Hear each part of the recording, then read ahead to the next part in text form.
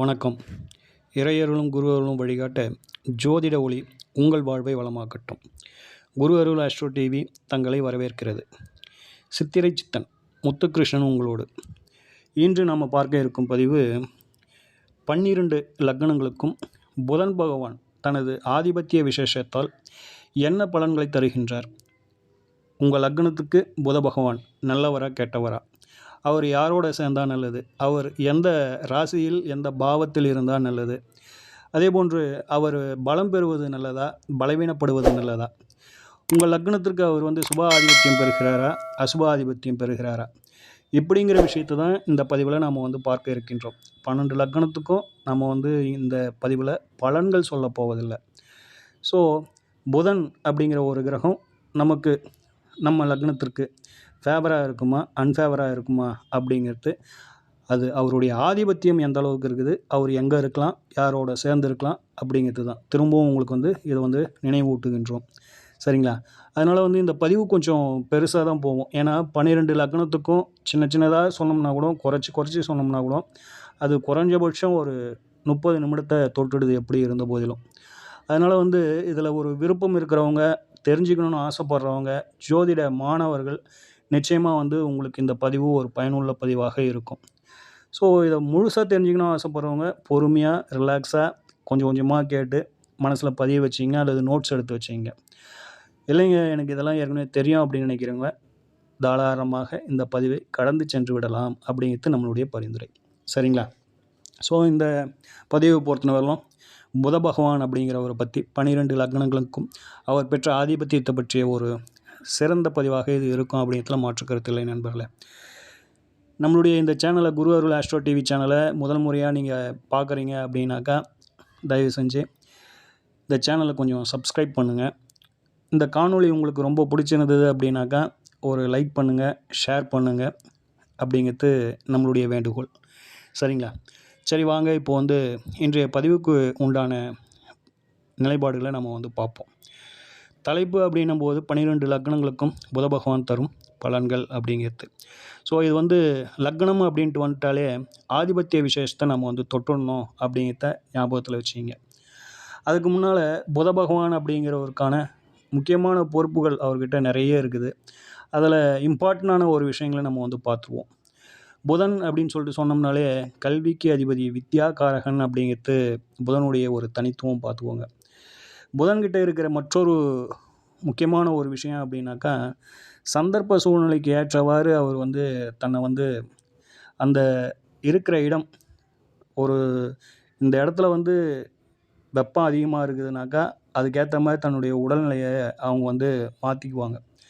அப்படிங்கிறது தான் புதனுடைய ஒரு சாதுரியம், சாமர்த்தியம் அப்படின்னு சொல்லிட்டு சொன்னோம்னா இது மிகச்சரியாக இருக்கும் இந்த வார்த்தை. அப்படி ஒரு அற்புதமான ஒரு கிரகம் அப்படின்னு சொல்லிட்டு சொன்னோம்னா புத பகவான். தாய்மாமனை குறிக்கக்கூடிய ஒரு கிரகம். சரிங்களா? வித்யாகாரகர் அப்படின்னு சொல்லிட்டு ஏற்கனவே சொல்லிட்டோம். எழுத்து, கல்வி அப்படிங்கிறது இதனுடைய நிலைப்பாடு.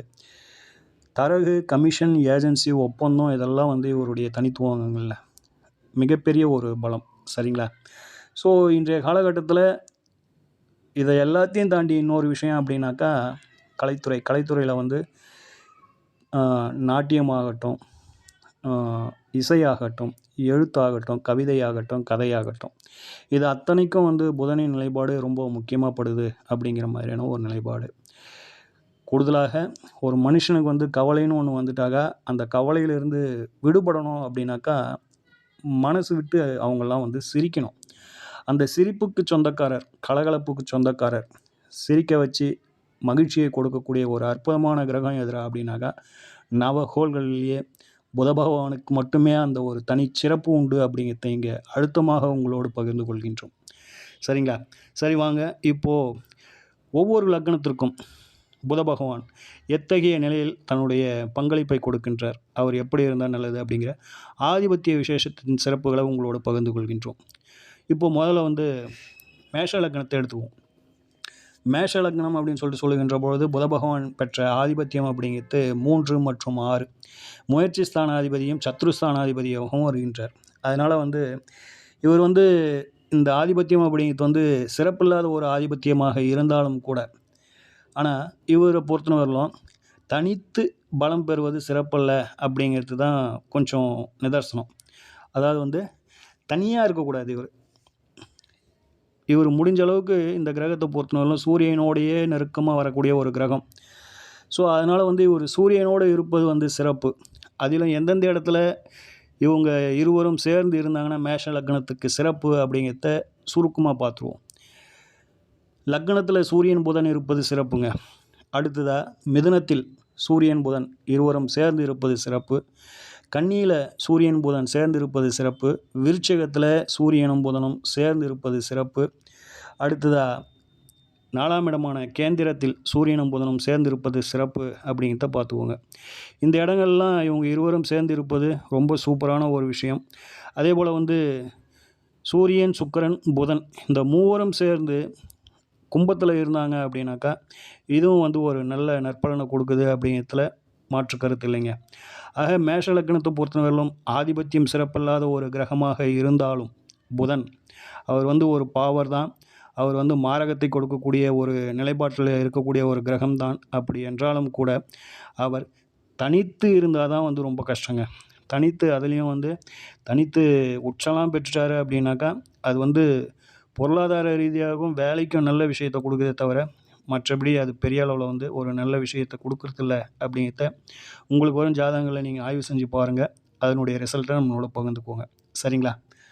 அடுத்ததாக ரிஷப லக்னத்திற்கு புத பகவான் என்ன மாதிரி ஆதிபத்தியம் பெறுகிறார் அப்படிங்கிறத பார்ப்போம். ரிஷப லக்னத்தை பொறுத்தவரையிலும் தன வாக்காதிபதியாகவும் குடும்பாதிபதியாகவும் பஞ்சமாதிபதியாகவும் வருகின்றார். இந்த இரண்டுமே வந்து ரொம்ப சூப்பரான ஒரு நிலைப்பாடு தாங்க. கோணம் அப்படிங்கிறது வந்து ரொம்ப சிறப்புன்னு வச்சிங்களேன். அதனால் வந்து இவர் 2ஆம் இடத்தில் ஆட்சி பெற்றாலும் 5ஆம் இடத்தில் ஆட்சி பெற்றாலும் அவங்களுக்கு வந்து பெருத்த யோகம் அப்படிங்கிறத மறந்துடாதீங்க. இந்த இவரை பொறுத்தவரையிலும் தனியாக இருக்கலாம், ஒன்றும் தப்பு கிடையாது. ஏன் அப்படின்னாக்கா இவர் வந்து நல்ல ஆதிபத்தியம் பெற்று இருக்கிறதுனால இவர் வந்து தனித்து இருந்தாலும் ஆட்சி பெற்று இருக்கின்ற பொழுது சிறப்பு அப்படிங்கிறத பார்த்துக்கோங்க. இதில் நீச்சம் 8க்கு போகிறது அந்த அளவுக்கு வந்து சிறப்பில்லை. சரிங்களா? 8க்கு போகிறது வந்து அந்த அளவுக்கு சிறப்பில்லை அப்படின்னும் போது என்ன காரணம் அப்படின்னாக்கா 5-8 தொடர்பு வந்துடும். அதனால் வந்து புத பகவானை பொறுத்தவரையிலும் 8ஆம் இடத்துல இருப்பது கொஞ்சம் பலவீனம் அப்படிங்கிறத பார்த்துக்கோங்க. இந்த லக்னத்தை பொறுத்தவரையிலும் சனீஸ்வர பகவானோடு சேர்ந்து இருப்பது ரொம்ப சிறப்புங்க. 5-9 தொடர்பு, 5-10 தொடர்பு அப்படிங்கிற ஒரு நிலைப்பாட்டை எட்டும். சரிங்களா? 11ஆம் இடத்தில் இருக்கின்ற பொழுது அவர் வந்து நீச்சம் அப்படின்ற ஒரு நிலைப்பாட்டை எட்டினாலும் தன் வீட்டை தானே பார்ப்பதனால அந்த குறை குற்றங்கள் நிவர்த்தி ஆகும் அப்படிங்கிற மாதிரியான ஒரு நிலைப்பாடு. 2ஆம் அதிபதி 11 அப்படின்னும்பொழுது இது வந்து தன யோகத்தை வந்து சிறப்பாக செய்யும். அந்த இடத்துல புதன் கூட வந்து குரு ஆட்சி பெற்று இருந்தாருன்னு வச்சிங்க, இது இன்னும் பெரிய செல்வந்தர் யோகத்தை ரொம்ப சிறப்பாக செய்யும் அப்படிங்கிறத உங்களுடைய அனுபவத்தில் நீங்கள் வந்து பார்த்து உணருங்கள் அப்படிங்கிறது. இது வந்து ரொம்ப சிறப்பான தன யோகம், கோட்டீஸ்வர யோகம். பொருளாதாரத்தில் ஒரு வாழ்நாள் முழுக்க இந்த அமைப்பு இருந்தது அப்படின்னாக்கா ரொம்ப சிறப்பாக செயல்படுங்க. செல்வம் அப்படிங்கிறது வற்றாது அப்படிங்கிறத பார்த்துக்கோங்க. அமுத சுரபி மாதிரி, அதாவது வந்து அக்ஷய பாத்திரம் மாதிரி அவங்களுக்கெல்லாம் பொருளாதாரம் கையிலேருந்து வந்துக்கிட்டே இருக்கும் அப்படிங்கிற மாதிரியான ஒரு நிலைப்பாட்டை கொடுக்கும். சரிங்களா? அடுத்ததாக மிதுனம். மிதுன லக்னத்தை பொறுத்தவரையிலும் லக்னாதிபதியாகவும் சுகாதிபதியாகவும் 4ஆம் இடத்து அதிபதியாகவும் வராரு. ஸோ தாயாரை குறிக்கக்கூடிய ஒரு கிரகமாகவும் லக்னாதிபதியாகவும் புத பகவான் திகழ்கின்றார் அப்படிங்கிற மாதிரியான ஒரு நிலைப்பாடு. பொதுவாக இது வந்து உபய லக்னம் அப்படிங்கிறதுனால உபய லக்னத்தை பொறுத்தவரையிலும் இவங்க வந்து கேந்திராதிபத்திய தோஷத்துக்கு உரியவர்களாக ஆயிடுறாங்க அப்படிங்கிறத நாம் வந்து கணக்கில் எடுத்துக்கணும். சரிங்களா?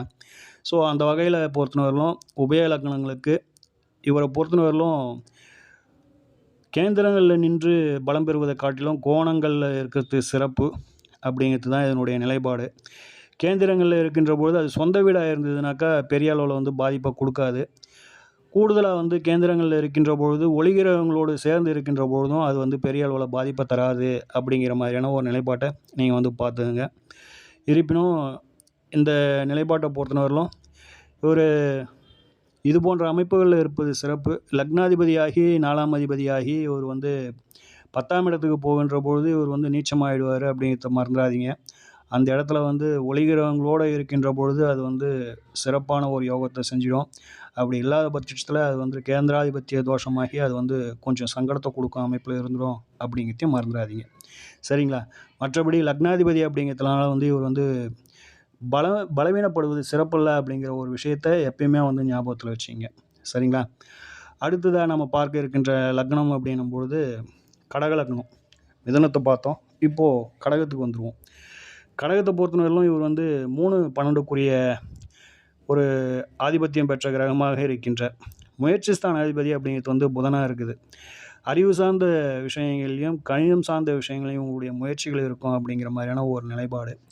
ஸோ புத பகவானை பொறுத்தவரையிலும் இந்த லக்னத்திற்கு 8க்கு 8ஆம் இடம் தான் இந்த 3ஆம் இடம்.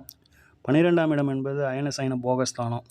ஸோ இந்த இரண்டுமே பார்த்தோம் அப்படின்னாக்கா ஆதிபத்திய ரீதியாக அந்த அளவுக்கு வந்து ஒரு பெரிய ஸ்கோப் உள்ள ஒரு ஆதிபத்தியம் கிடையாது. அப்படின்னாலும் முயற்சி அப்படிங்கிறது வந்து இவர் இருக்கிறதுனால ஒரு மூளையை யூஸ் பண்ணி அறிவை யூஸ் பண்ணி இவங்கெல்லாம் வந்து முயற்சி செய்வாங்க அப்படிங்கிற மாதிரியான ஒரு நிலைப்பாடு. நல்ல சுறுசுறுப்பாக இயங்குவாங்க அப்படிங்கிறதுக்கு இந்த புதனின் அந்த முயற்சி ஸ்தானாதிபதி ரொம்ப முக்கிய பங்காற்றுகின்றார் அப்படிங்கிறத பார்த்துக்கோங்க. சரிங்களா? அடுத்ததாக சிம்ம லக்னம். சிம்ம லக்னத்தை பொறுத்தவரையிலும் புதன் அப்படிங்கிற கிரகமானது 2-11க்குரிய ஆதிபத்தியம் பெறுகிறார்.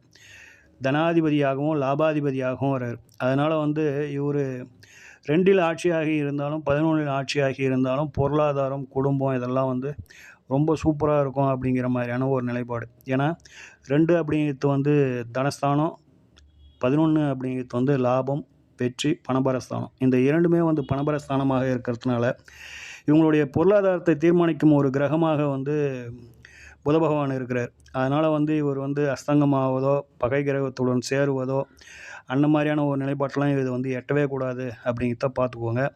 ஸோ இது வந்து ஒரு நல்ல ஆதிபத்தியம். ஆக சிம்ம லக்னத்தின் பொருளாதாரம் யார் கையில் இருக்குது அப்படின்னாக்கா 2-11க்குரிய புத பகவான் கையில் இருக்குது அப்படிங்கிறதையும் நம்ம வந்து மறந்துடக்கூடாது அப்படிங்கிறத பார்த்துக்கோங்க. அதனால் வந்து புதனை பொறுத்தவரையிலும் அவர் வந்து நல்ல நிலையில் இருப்பது ரொம்ப சிறப்பு அப்படிங்கிறத பார்த்துக்கோங்க.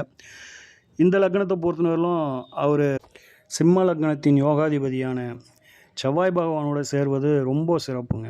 ஆதிபத்திய ரீதியாக நம்ம பார்க்கணும். இதை வந்து கிரக ரீதியாக பார்த்தீங்கன்னா பகை இவங்க 2 பேரும் சேரக்கூடாது அப்படின்ற ஒரு குறுகிய வட்டத்துக்குள்ளே வந்துடாதீங்க. சரிங்களா? சிம்ம லக்னத்துக்கு 4-9க்குரியவர் யோகாதிபதி செவ்வாய் பகவான்.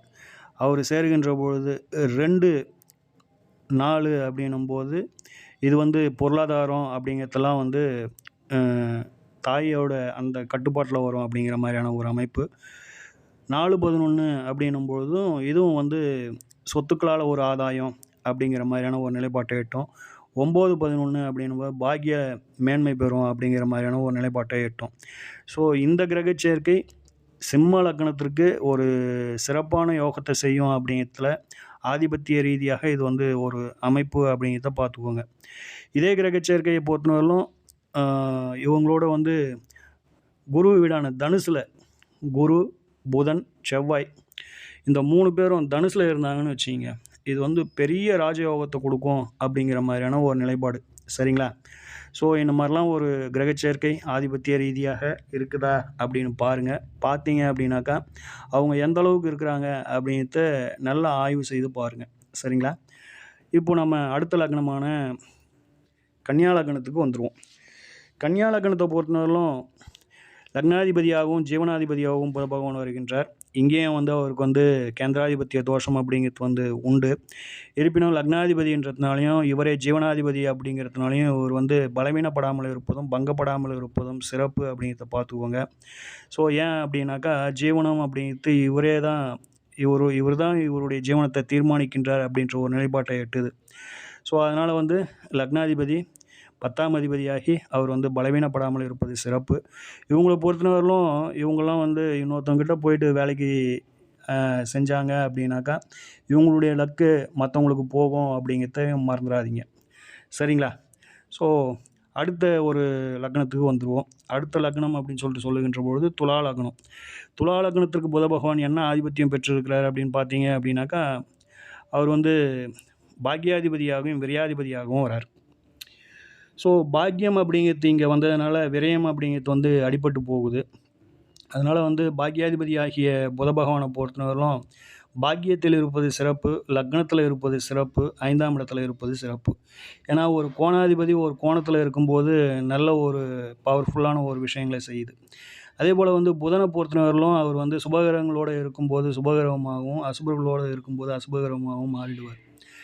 ஸோ இந்த வகையில் பார்த்தோம்னாலும் அதேபோல் வந்து திரிகோணங்களை பொறுத்தவரையிலும் சுபகிரகங்களுக்கு ஒரு நல்ல ஒரு வேல்யூவான ஒரு இடம்.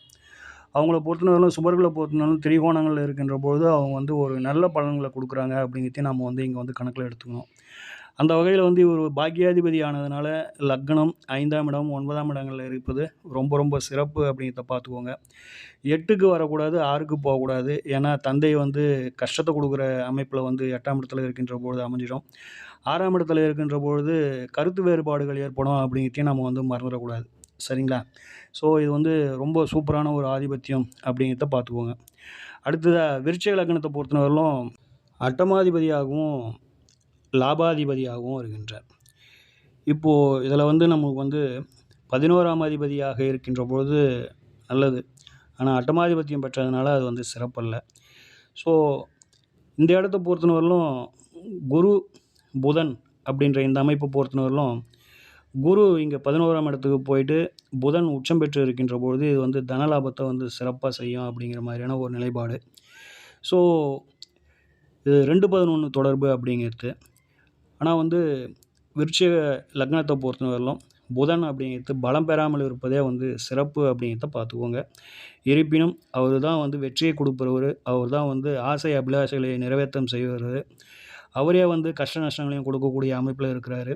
ஸோ அவருடைய தொடர்பை பொறுத்தவரையிலும் ஆதிபத்திய ரீதியாக கொஞ்சம் நம்ம பார்த்து கவனித்து இது பண்ணணும். மற்றபடி அவரை பொறுத்தவரையிலும் அவருடைய தசா காலங்கள் வராமல் இருப்பது சிறப்பு அப்படிங்கிறத பார்த்துக்கோங்க. சரிங்களா? ஆக விருச்சிக லக்னத்திற்கு புத பகவான் பெற்ற ஆதிபத்தியம் அப்படின்றது சிறப்பில்லாத ஆதிபத்தியம் அப்படிங்கிறத தீர்மானமாக இருங்க நண்பர்களே. சரிங்களா? அடுத்ததாக தனுசு லக்னம். தனுசு லக்னத்தை பொறுத்தவரையிலும் இவர் வந்து 7ஆம் அதிபதி களத்திர ஸ்தானாதிபதியாகவும் மாரகாதிபதியாகவும் பாதகாதிபதியாகவும் வருகின்றார் அப்படிங்கிற ஒரு நிலைப்பாடு. அதனால் புதனை பொறுத்தவரையிலும் நீச்சமாவத்து வந்து ரொம்ப சங்கடத்தை கொடுக்கும். ஏன்னா அவர் நீச்சமாவத்தே வந்து ஒரு கேந்திரத்தில் தான் ஒரு நீச்சமாவார். ஸோ அது வந்து கேந்திராதிபத்திய தோஷமாகவும் ஆகும், களத்திர ஸ்தானாதிபதி நீச்சம் அப்படின்ற ஒரு களத்திர தோஷமாகவும் மாறும். ஸோ இப்படி அது வந்து ஒரு சங்கடத்தை கொடுத்துரும். இருப்பினும் அவரை பொறுத்தவரையிலும் 6ஆம் இடத்துல இருக்கிறது அல்லது வேறு எங்கேனும் வந்து ஒரு நிலைப்பாட்டில் அவர் வந்து பலவீனப்படணும். பலவீனம் அப்படின்னாக்கா 6ஆம் இடத்துல இருக்கலாங்க. 6ஆம் இடத்துல இருக்கின்ற பொழுது அது வந்து கொஞ்சம் அதனுடைய பவரை வந்து கொஞ்சம் குறைச்சிக்கும் அப்படிங்கிற மாதிரியான ஒரு நிலைப்பாடு பார்த்துக்கோங்க. சரிங்களா? ஸோ புதன் அப்படிங்கிற கிரகம் தனுசு லக்னத்திற்கு கேந்திராதிபத்திய தோஷம் பெற்ற கிரகமாகவும் பாதகாதிபத்திய தோஷம் பெற்ற கிரகமாகவும் அதுக்கடுத்து மாரகாதிபத்திய தோஷம் பெற்ற கிரகமாகவும் 3 விதங்களில் இவர் வந்து தோஷம் பெற்ற கிரகமாக செயல்படுகின்றார் அப்படிங்கிறத பார்த்துக்கணும். இருப்பினும் இவர் தான் வந்து ஜீவனத்தையும் அந்த லக்னத்துக்கு கொடுக்குறாரு. ஸோ அதனால் வந்து இவரை பொறுத்தவரையிலும் லக்னாதிபதியோட கொஞ்சம் ஒரு நல்ல ஸ்தானங்களில் அல்லது ஒரு நல்ல இடங்களில் இருக்கிறது கொஞ்சம் நிலையை எட்டும். அதாவது வந்து இப்போ 10ஆம் இடத்துல இருக்கிறாருன்னு வச்சுங்க, 10ஆம் அதிபதி 10 அப்படின்ற ஒரு நிலைப்பாட்டை எட்டும். அங்கே லக்னாதிபதி இருக்கின்ற பொழுது அவங்க வந்து தொழில்துறையில் அவங்களுக்கென்று ஒரு தனி ஒரு தன்னகரற்ற ஒரு நிலையில் உயர்ந்த பதவிகளில் சொந்த தொழில் செய்யறதுல ஒரு சிறப்பாக இருப்பாங்க அப்படிங்கிற மாதிரியான ஒரு நிலைப்பாடு. எப்படி இருந்த போதிலும் மன வாழ்க்கை அப்படிங்கிற ஒரு விஷயத்தில் கொஞ்சம் கசப்பு இருக்கவே செய்யும் அப்படிங்கிறதுல மாற்று கருத்து இல்லை, பார்த்துக்கோங்க.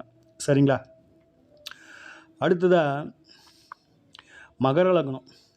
மகர லக்னத்தை பொறுத்தவரையிலும் புத பகவான் 6ஆம் அதிபதியாகவும் பாக்கியாதிபதியாகவும் வருகின்றார்.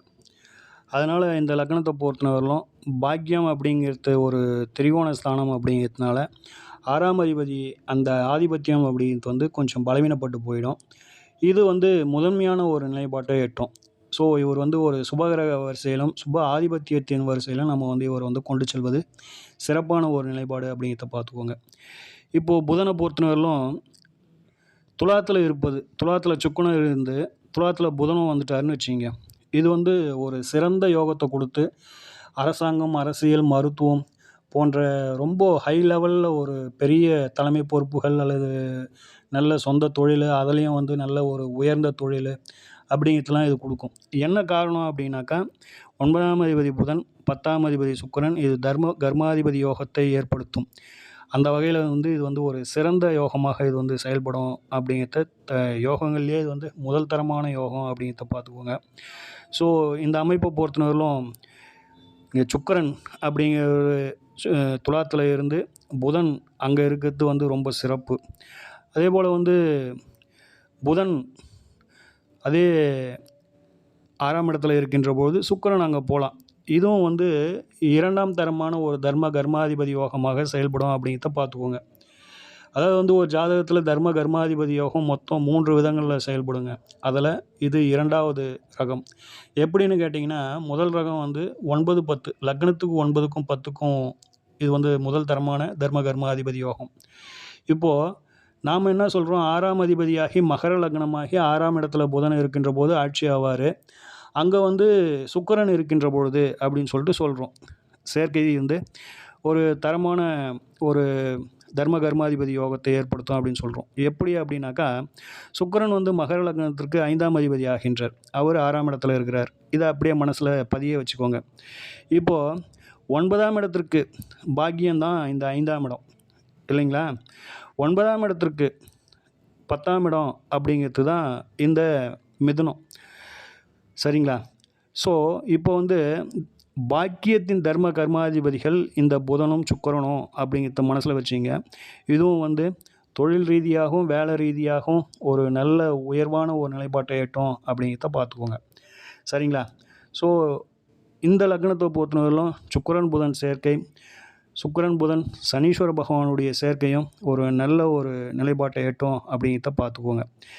சரிங்களா? ஸோ இந்த மகர லக்னத்திற்கு புத பகவான் பெற்ற ஆதிபத்தியம் சிறப்பா அப்படின்னு கேட்டாக்கா, ரொம்ப ரொம்ப சிறப்பான ஒரு ஆதிபத்தியம். பாக்யாதிபதி, திரிகோணாதிபதி அப்படிங்கிறத நம்ம வந்து மனசில் எப்பயுமே வச்சுக்கோங்க. சரிங்களா? இப்போது அடுத்ததாக வந்து கும்பலக்கணத்துக்கு வந்துடுவோம். கும்பலக்கணத்தை பொறுத்தவரையிலும் இவர் வந்து பஞ்சமாதிபதியாகவும் வராரு, அட்டமாதிபதியாகவும் வராருங்க. ஸோ அட்டமாதிபதியம் பெற்றதுனால இந்த பஞ்சமாதிபத்தியம் அந்த ஒரு ஆதிபத்தியம் இருந்ததுன்னா கூட அது வந்து கொஞ்சம் சங்கடத்தை கொடுக்க அமைப்புலேயே அது வந்து போயிடுது அப்படிங்கிறத மறந்துடாதீங்க. சரிங்களா? ஸோ இவங்கள பொறுத்தவரையிலும் இந்த காதல், குழந்தை இந்த 2 அமைப்பிலும் எதனா ஒன்றுத்தில் வந்து சிக்கி கொஞ்சம் மனசுக்கு வலி தரும் நிலைப்பாட்டை எட்டிடுறாங்க அப்படிங்கிற மாதிரியான ஒரு நிலைப்பாடு. ஸோ இவரை பொறுத்தவரையிலும் இவர் பலவீனப்படணும்னு அப்படின்னு நம்ம எதிர்பார்க்க முடியாது. ஏன்னா இவர் தான் புத்திரத்தை கொடுக்கக்கூடிய ஸ்தானாதிபதி ஆகிறாரு. இருப்பினும் இவர் கொஞ்சம் சங்கடப்பட்டு இருந்தாலும் இன்னொருத்தர் காரகரான குரு பகவானையும் நம்ம சீர்தூக்கி பார்த்து தான் வந்து அந்த புத்திரத்தின் நிலைப்பாட்டை அறிய முடியும் அப்படிங்கிறத பார்த்துக்கோங்க. இருப்பினும் கும்பலக்கணத்தை பொறுத்தவரையிலும் இவர் வந்து அட்டமாதிபத்திய ஆதிபத்தியம் பெற்றதுனால இது வந்து அந்த அளவுக்கு வந்து ஒரு சிறப்பில்லாத ஒரு தன்மை அப்படின்றது தான் எம்முடைய தனிப்பட்ட புரிதல். சரிங்களா? அடுத்ததாக மீன லக்கணத்திற்கு வந்துடுவோம். மீன லக்கணத்தை பொறுத்தவரையிலும் 4, 7க்குரிய பாதகாதிபதியாகவும் மாரகாதிபதியாகவும் களத்திர ஸ்தானாதிபதியாகவும் வராரு. இவரை பொறுத்தவரையிலும் பலம் பெறாமல் இருப்பது சிறப்பு அப்படிங்கிறது தான் வந்து சுருக்கமான ஒரு விஷயம். சரிங்களா? அதே போல் வந்து இந்த கிரகம் 2ஆம் இடத்துக்கு போகிறதும் அந்தளவுக்கு வந்து சிறப்பு இல்லை. 7ஆம் அதிபதியாகி இங்கே மேஷத்துக்கு போனார்னு வச்சிங்க, தன் வீட்டுக்கு 8ல் மறைஞ்சிடுவார். மன வாழ்க்கை அப்படிங்கிறது வந்து சிறப்பு இல்லாமல் போயிடும் அப்படிங்கிறத பார்த்துக்கோங்க. இது கூட வந்து இன்னும் சூரியன் இருந்துட்டார் அப்படின்னாக்கா அவங்களுக்குலாம் வந்து மன வாழ்க்கை அந்த அளவுக்கு வந்து சிறப்பு இல்லாமல் போயிடும் அப்படிங்கிறத பார்த்துக்கோங்க. சரிங்களா? ஸோ அது வந்து அந்த அளவுக்கு வந்து ஒரு சிறந்த அமைப்பு இல்லை அப்படிங்கிறது தான் ஒரு நிதர்சனம். ஸோ இது வந்து உபயலக்கணம் அப்படிங்கிறத நம்ம வந்து மறந்துடக்கூடாது. உபயலக்கணமாகி புதன் களத்திர ஸ்தானாதிபதியாகவும் பாதகாதிபதியாகவும் மாரகாதிபதியாகவும் கூடுதலாக அவர் வந்து கேந்திராதிபத்திய தோஷம் பெற்ற கிரகமாகவும் வருகின்றார் அப்படிங்கிறத எப்பயுமே வந்து நம்ம மனசில் வச்சு அதை வந்து நம்ம வந்து ஆய்வு செய்யணும் அப்படிங்கிற மாதிரியான ஒரு நிலைப்பாடு. புதன் லக்னத்தில் இருக்கின்ற பொழுது நீச்சமாகிடுங்க, சத்தற்ற நிலை அப்படிங்கிற மாதிரியான ஒரு நிலைப்பாடு. ஸோ இப்போது என்ன ஆகுது அப்படின்னாக்கா, அது வந்து 7ஆம் அதிபதி நீச்சம் அப்படிங்கிற மாதிரியான ஒரு நிலைப்பாட்டை எட்டிடும். ஸோ திருமணம் அப்படிங்கிறது வந்து கொஞ்சம் தாமதமாகும் அப்படிங்கிற மாதிரியான ஒரு நிலைப்பாடு. ஒரு கிரகம் தன் வீட்டை தானே பார்க்கின்ற பொழுது அது வந்து பலமடையும் அப்படின்னும்போது கொஞ்சம் காலதாமதமாகும் அப்படிங்கிற மாதிரியான ஒரு நிலைப்பாடு அப்படிங்கிறத பார்த்துக்கோங்க. அதேபோல் வந்து அடுத்ததா 2ஆம் இடத்துல இருக்கிறது சிறப்பல்ல. அது வந்து திருமணம் அப்படிங்கிறது வந்து ஆச்சு அப்படின்னாலும் வந்து ஒரு பிரிவினையை கொடுத்துரும் அப்படிங்கிற மாதிரியான ஒரு நிலைப்பாடுங்க. ஸோ அதனால் வந்து மீன லக்னத்தை பொறுத்தவரையிலும் லக்னத்தில் இருக்கிறதும் சிறப்பல்ல. 2ஆம் இடத்துல இருக்கிறதும் சிறப்பல்ல. 4ல் இருக்கின்ற பொழுது ஆட்சி பெறுவாருங்க. அது வந்து ரொம்ப சிறப்பான அமைப்பு. தாயார் வந்து நல்லா பலமாக இருப்பாங்க. கல்வி நல்லா இருக்கும். சொத்து சுகங்கள் நல்லா இருக்கும் அப்படிங்கிற மாதிரியான ஒரு நிலைப்பாடு. சரிங்களா? 5ஆம் இடத்துல இருக்கின்ற பொழுது புதன் அப்படிங்கிற கிரகம் 5ஆம் இடத்துல இருக்கின்ற பொழுது இது வந்து காதலை சொல்லும் ஒரு நிலைப்பாட்டை எட்டிடும். ஏன்னா 7ஆம் அதிபதியாகி 5ல் இருக்கின்ற பொழுது இது வந்து 5, 7 தொடர்பு காதல் அப்படிங்கிற மாதிரியான ஒரு நிலைப்பாட்டை எட்டும் அப்படிங்கிறத பார்த்துக்கோங்க. சரிங்களா? 6ஆம் இடத்துல இருக்கின்ற பொழுது 4ஆம் அதிபதி 6க்கு வரது இது வந்து ரோகம் சார்ந்த விஷயத்தை இது வந்து சங்கடப்படுத்தும். அதாவது வந்து தாயாருக்கு கொஞ்சம் ரோகம் இருக்கும். ஜாதகருக்கே கூட கொஞ்சம் உடல் உபாதைகள் இருக்கும் அப்படிங்கிற மாதிரியான ஒரு நிலைப்பாடு. கடன் அப்படிங்கிறது வந்து வீட்டு மேலே வரலாம். தாயாரால் கடன் இருக்கலாம் அப்படிங்கிற மாதிரியான ஒரு நிலைப்பாட்டை கொடுத்துரும். 7ஆம் இடத்துல இருக்கிற போது உச்சம். இது வந்து ஒரு நல்ல நிலை. அப்போது ஜாதகரை காட்டிலும் வருகின்ற காலத்திலும் ஒரு நல்ல நிலைப்பாட்டில் இருக்கும் அப்படிங்கிற மாதிரியான ஒரு நிலைப்பாடு. 8ஆம் இடத்துல புதன் இருக்கின்ற பொழுது இது வந்து 4ஆம் அதிபதி 8க்கு வந்தாக்கா வாகனத்தால் சங்கடங்கள் ஏற்படும். தாயாரை எட்டி இருக்க செய்யும். தாயாரை வந்து பிரிய நேரிடலாம் அப்படிங்கிற மாதிரியான ஒரு நிலைப்பாடு. வண்டி வாகனங்களால் வந்து சங்கடம் வரும். சொத்தால் வந்து கொஞ்சம் சங்கடம் வரும் அப்படிங்கிற மாதிரியான ஒரு நிலைப்பாடு. 7ஆம் அதிபதி 8க்கு வந்ததுனால வாழ்க்கை துணை வந்து சங்கடத்தை கொடுக்கும், பிரிவினையை கொடுக்கும் அப்படிங்கிற மாதிரியான ஒரு நிலைப்பாடு. புதன் 9ல் இருப்பது ஒரு சிறப்பு தாங்க. 4ஆம் அதிபதி கேந்திராதிபதி 9ல் இருக்குது. 7ஆம் அதிபதி 9ல் இருக்குது அப்படின்னும்போது இது வந்து ஒரு நல்ல பலனை கொடுக்கும் அப்படிங்கிற மாதிரியான ஒரு நிலைப்பாடு. 10ல் இருக்கின்ற பொழுது இது வந்து கேந்திராதிபத்திய தோஷம் பெற்றுடும். இது கூட வந்து வேறு ஏதேனும் சுபகிரகங்களோ அல்லது வந்து ஒரு ஒளி கிரகங்களோ இருந்தது அப்படின்னா அந்த கேந்திராதிபத்திய தோஷம் அப்படிங்கிறது வந்து கொஞ்சம் குறையும் அப்படிங்கிற மாதிரியான ஒரு நிலைப்பாடு. புதன் மீன லக்னத்திற்கு 11ல் இருக்கும்போது இது வந்து தாரதோஷத்தை ஏற்படுத்தும். 7ஆம் அதிபதி 11க்கு போச்சுனாலே தாரதோஷம் அப்படிங்கிற மாதிரியான ஒரு நிலைப்பாடு பார்த்துக்கோங்க. இது அந்த அளவுக்கு வந்து கொஞ்சம் சிறப்பில்லாத ஒரு நிலைப்பாடு அப்படிங்கிறதும் தாயாருக்கும் இது வந்து அந்த அளவுக்கு வந்து சிறப்பில்லாத ஒரு தன்மை அப்படிங்கிறதையும் பார்த்துக்கோங்க. தாயாருக்கு வந்து கொஞ்சம் கஷ்ட நஷ்டங்கள் அதிகமாக இருக்கும் அப்படிங்கிற மாதிரியான ஒரு நிலைப்பாடு. இதுவே வந்து புதன் 12ஆம் இடத்துக்கு போகின்ற பொழுது 7ஆம் அதிபதி 12ல் இருக்குது அப்படின்னும்போது எவ்வளவு தான் மனைவிக்கிட்ட நம்ம வந்து வரும் கலத்திரத்துக்கிட்ட நம்ம எவ்வளோ பொருளாதாரத்தை கொடுத்தோம்னாலும் அது வந்து அந்த அளவுக்கு வந்து மிச்சம் பண்ணாது அப்படிங்கிற மாதிரியான ஒரு நிலைப்பாடு. சரிங்களா? 4ஆம் அதிபதி 12ல் இருக்கிறதும் 7ஆம் அதிபதி 12ல் இருக்கிறதும் அந்த அளவுக்கு வந்து சிறப்பில்லை அப்படிங்கிறத பார்த்துக்கோங்க. தாயாருக்கு வந்து கொஞ்சம் உடல் உபாதைகள் வரலாம் அப்படிங்கிற மாதிரியான நிலைப்பாடு. தாயாருக்கு மருத்துவ செலவுகள் ஏற்படலாம் அப்படிங்கிற மாதிரியான ஒரு நிலைப்பாடு.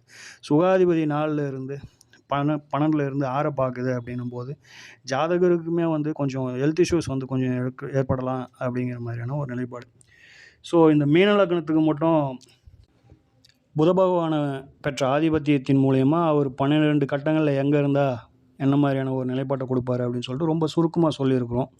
இதே மாதிரி வந்து மற்ற லக்னங்களுக்கும் நீங்கள் வந்து கொஞ்சம் நீங்களும் வந்து முயற்சி செய்து பலன் எடுக்க முயற்சி செய்யுங்க. அப்போது இந்த ஜோதிடம் அப்படிங்கிறது வந்து கொஞ்சம் இயல்பாகவும் உங்களுக்கு என்ன மாதிரியான ஒரு ரிசல்ட் கொடுக்குது அப்படிங்கிறதையும் ஒரு ஜோதிட மாணவர்களாக இருந்தீங்கன்னா இது வந்து இப்படி கொஞ்சம் ப்ராக்டிஸ் பண்ணுங்கள் அப்படிங்கிறது நம்மளுடைய பரிந்துரை. சரிங்களா?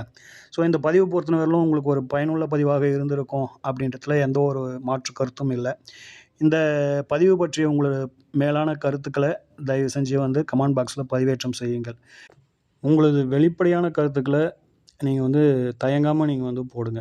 இது நல்லா இருந்தது சார், இந்த பதிவு நல்லா இருந்தது, உங்களுடைய முயற்சி அதாவது வந்து நீங்கள் கொடுத்த இந்த விதம் பிடிச்சிருந்தது அல்லது கொடுத்த விதம் சரியில்லை, இல்லை இன்னும் கொஞ்சம் இதை இப்படி மாற்றி கொடுத்துருக்கலாம் அப்படின்னு சொல்லிட்டு உங்களுடைய வெளிப்படையான கருத்துக்களை தவறாமல் வந்து பதிவேற்றம் செய்யுங்கள் அப்படிங்கிறது நம்மளுடைய வேண்டுகோள். இந்த காணொளி உங்களுக்கு பிடிச்சிருந்தது அப்படின்னாக்கா ஒரு லைக் பண்ணுங்கள். ரொம்ப பிடிச்சிருந்தது அப்படின்னு சொன்னாக்கா ஒரு ஷேர் பண்ணுங்கள். ரொம்ப பிடிச்சிருந்தது அப்படின்னாக்கா இந்த சேனலை சப்ஸ்கிரைப் பண்ணுங்கள். சரிங்களா? ஓம் ஸ்ரீ ராஜகணபதி ஐயா அவர்களின் அருளோடும் ஓம் ஸ்ரீ லோபாமுத்திரை சமேத ஸ்ரீ அகத்தியர் ஐயா அவர்களின் ஆசியோடும் அனைவருக்கும் வாழ்வில் நலமும் வளமும் கிடைக்கப்பெற்று ஆனந்தமும் மகிழ்ச்சியும் என்றென்றும் நிலைத்திருக்கட்டும். வாழ்க வளமுடன், வாழ்க பல்லாண்டு. நன்றிகள், வணக்கம்.